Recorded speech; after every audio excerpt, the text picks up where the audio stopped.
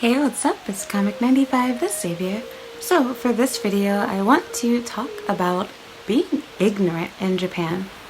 So, as you guys have probably seen if you've watched any of my videos on advice and gone back to someone else's or vice versa, you probably wonder, this person seems really positive, she seems really negative, whatever the case might be. And it's not just me, but just just videos in general on Japan.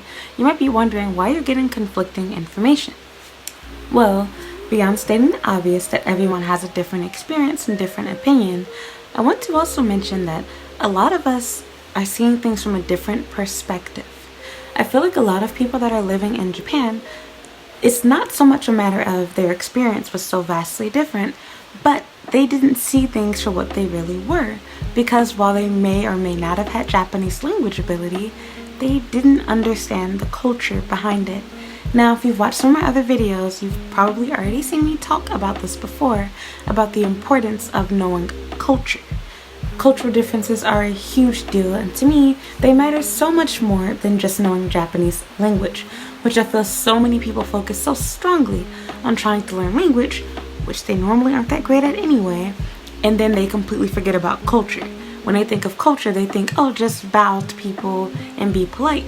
And there's a lot more in between that a lot of people don't understand, miss out on, and there are people that have literally been living here for 5, 10, 20 years and still don't know this stuff.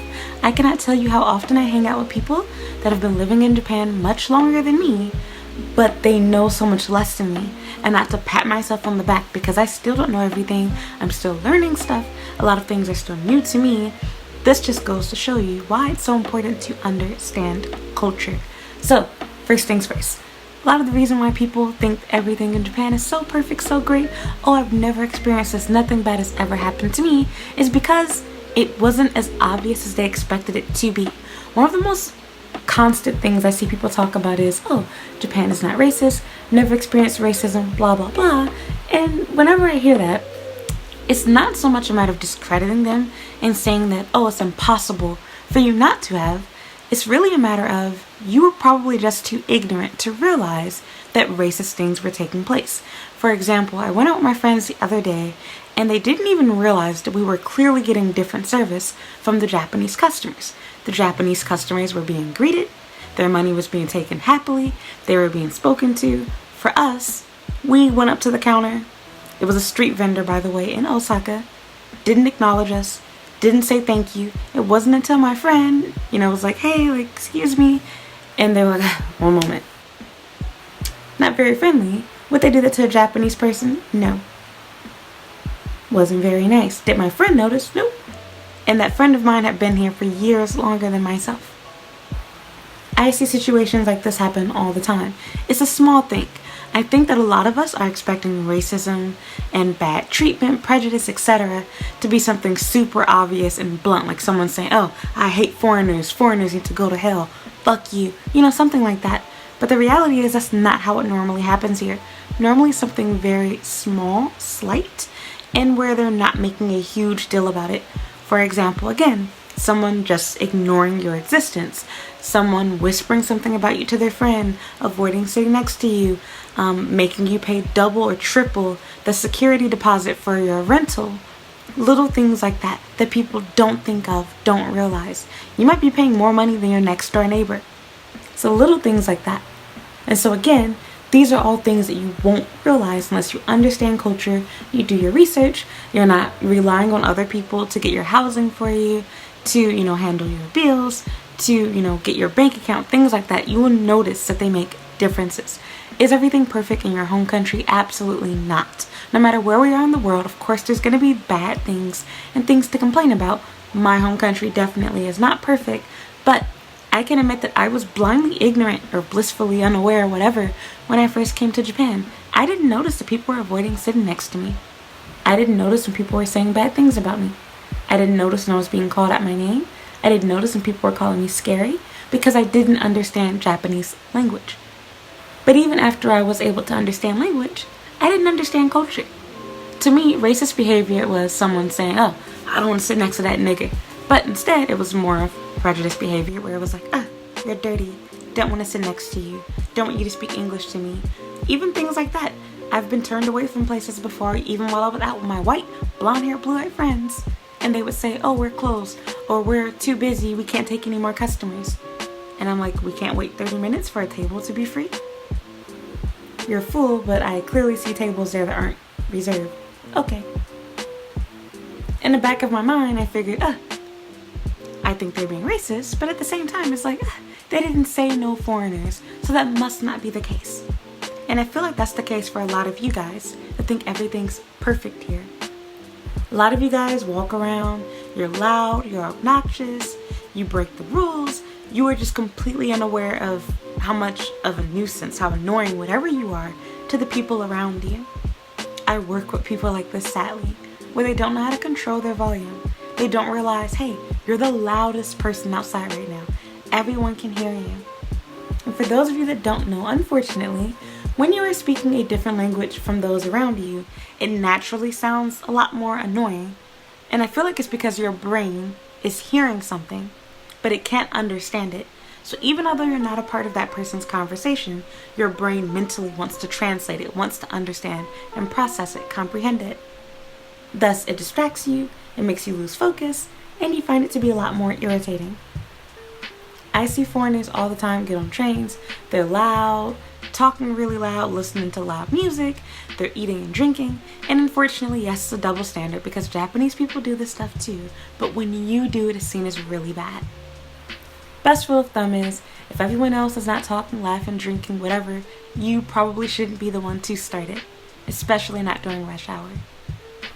If it's the weekend, generally it's fine, but no one wants to hear you loudly talking in the morning. No one wants to sit next to somebody playing loud music. Things like that. Just think about it. And so again, if you don't understand culture, no matter how much language you understand, you probably won't notice or see these things. In your mind, it's like, oh, I had a great day. I love Japan. I've had no bad experiences. When in actuality, no one's had the balls to say anything to you because of cultural differences. They're not confrontational here for the most part. Thus, you've either experienced nothing or very little to nothing here. Another big thing, too, that I see people doing that's like, how do you guys not know this? It's not really normal for you to put Japanese people on the spot. So doing things like calling yourself being nice by giving gifts to them in front of others, by making food and expecting them to try it and eat it, you're not going to get honest answers, honest feedback, because they don't want to hurt your feelings. It's not appropriate to do. A lot of you guys also overdo it with gifts. When you do that, you make the person feel obligated to reciprocate it. You make them feel as though they have to outdo you, give a better, nicer, bigger gift. You don't want to do that. Is everyone old-fashioned and looks at it that way? No. Does everyone give omiyage? No. But again, these are all things that you need to understand, not just from reading books, but from actually living here and working here. Making friends with people here, dating here, etc. You will learn all of these things as you go. You don't have to be perfect, but you do need to try to make an effort, especially if you plan to live in Japan long term. You should understand the people, you should understand the culture, the world around you, the country around you. I feel like a lot of people come here and, as I've said before, they just want to bring their country, their traditions here. I got into an interesting debate/argument with my coworkers, and we were all talking about how you should raise your children. And I really wanted to make this a separate video, but I'm just going to throw it in here anyway. But the argument was, should you put your child in an international school? And I don't know whether they've spied on me and saw my YouTube channel or not, but it made me feel like they did. I've already voiced my opinions, and my opinion goes beyond just, thinking, the problem with foreigners not having background checks and possibly being pedophiles, child molesters, etc. But also the fact, which I didn't talk about so much in that video, why do you want your child to go to international school? They're going to learn how to think like an American, like somebody from the UK, etc., instead of like a Japanese person. I can teach my kid how to be Japanese at home. I can teach them English at home. I would rather them go to public Japanese school so that they can learn how to speak Japanese at a native level properly, and also how to live like a normal Japanese citizen. I think you should raise your kids based off of where you are, not where you want to go or where you want them to go. Because while of course, someone like myself that chose to leave their home country in the US, I came from a first world country, the reality is more than likely your child is not going to want to leave Japan. They're going to live, work, study, and die here, just like all of the other Japanese people. I plan to live here for the rest of my life. I plan to have my children here. Thus, I do want to teach them how to think for themselves, how to be independent, but I also have to understand and respect the culture in Japan, which is to not so much be those things, but instead to think for the group, the greater good. Think of what will benefit everyone and not so much yourself. Being a leader is not so important in Japan. What is important is being able to work in groups, to compromise, to work together. In my home country, being independent, being a leader, being strong, being powerful, being outspoken is looked upon favorably. But in Japan, you're seen as an asshole. You're seen as someone that can't fit into society. And again, another cultural difference. A lot of foreigners aren't even aware of these things. They don't know this is how Japanese people think, this is how they work and function. Another big thing is explaining yourself. In Japan, you're expected to pretty much just take the blame, go with the flow, avoid confrontation. In my home country, while that can be seen as a good thing, it can also be seen as a very negative thing. You look irresponsible for not explaining yourself. You look stupid for not being a leader. You look stupid for not explaining yourself. In Japan, if you always have an excuse, you always have a response back for why you were late, why this didn't go right. You didn't apologize for this. You look unprofessional. But in America, it's like, oh, okay, you're explaining why you're late. You're explaining why you did things this way. It might still be bad, but at least you've earned a few professional points back. In Japan, it's like, just shut up and apologize. Accept the fact that you were wrong. Accept the fact that you were late and you should have been here early. Again, it seems like a small thing, but it's a pretty big cultural difference and really builds up, adds up, etc. when this is an ongoing thing for you. There's so many more things that I can talk about. I'm trying to keep this video from being any longer than it's already become. So yeah, again, this is another reason why it's very important to keep in mind. It does not matter how long you've been in Japan. What matters is what you've bothered to learn. There's more than just language to learn. There's more than just living here. You can meet people that have been here for 5, 10, 20 years and don't speak a lick of Japanese, that don't understand any Japanese culture. You can also meet people that have been here for 5, 10, 20 years that do speak Japanese, but don't know anything about culture. They don't know anything about dialects. They don't know anything about mannerisms. All they can tell you is the same stupid stuff everyone's read out of a book. Don't give gifts in increments of 4. Don't stick your chopsticks into rice. Bow. Say konnichiwa. Say Ohio. That's all they can tell you. And then I think to myself, that's all you've learned after all these years? So do your research, read, watch videos, make friends, make pen pals. Get out there. Don't get all of your information from me. Don't get all of your information from your one Japanese friend, your one half whatever. Get your information through life. Read some books, read some journals online, read some blog posts online. Get different perspectives, different opinions. Read news articles, watch the news. You need to get your information from a variety of sources. Because there's so much fake stuff that you can read about Japan, and you wouldn't even realize it if you didn't actually look at a variety of sources and experience things for yourself. I believed a lot of crap about Japan that I watched on YouTube and read in books, and after living here, I'm like, wow, that is a total lie. Not even a white lie. It's not true. And one of the biggest things that shocked me here is definitely sex in Japan, as well as the politeness and manners here. I think almost all the information you can read up on these two things or watch are bullshit. If you were to just go based off of, the little fun YouTube videos and the random news articles, you would think everyone here is a virgin. You would think that everyone here is afraid to date and afraid to talk to women, men, whatever, which is not true. You would think everyone here is so polite and so kind, and you wouldn't even understand the whole little bow thing here, because it has a totally different meaning. And our culture is seen as this, oh, we are not worthy thing. But in Japan, it's no different than how in the US we ask, how are you? Do we really care? No, we don't. It's just out of formality.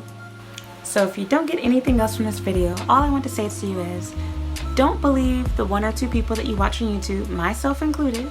Come here for yourself, experience Japan for yourself, do your own research, Get information from a variety of sources and understand that your experience will not only be different based on your race, your physical attractiveness, your age, your country of origin, your job, but also based on your cultural knowledge. I thought Japan was perfect. I had no complaints, no problems, until I started to learn both language and culture. After I learned those two, all of the problems came rolling in.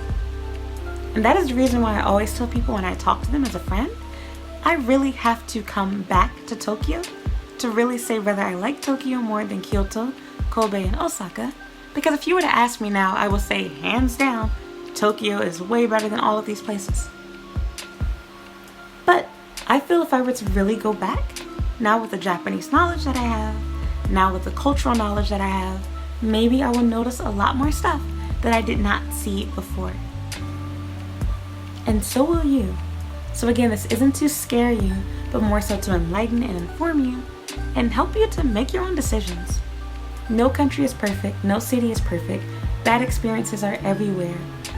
Don't avoid going to Japan because of what some nut said online. And keep in mind that a lot of these people are just bitter. They've been here for a long time, they're divorced. And if Japan is really that bad, why are they still here? You also have people that, took their cake and ran. They came here to fulfill their fetish. They got their wife, had their kids, went home.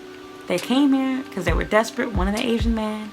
They got their husband, got their kids, went back to their home country. And if that's what you want, I ain't finna judge you.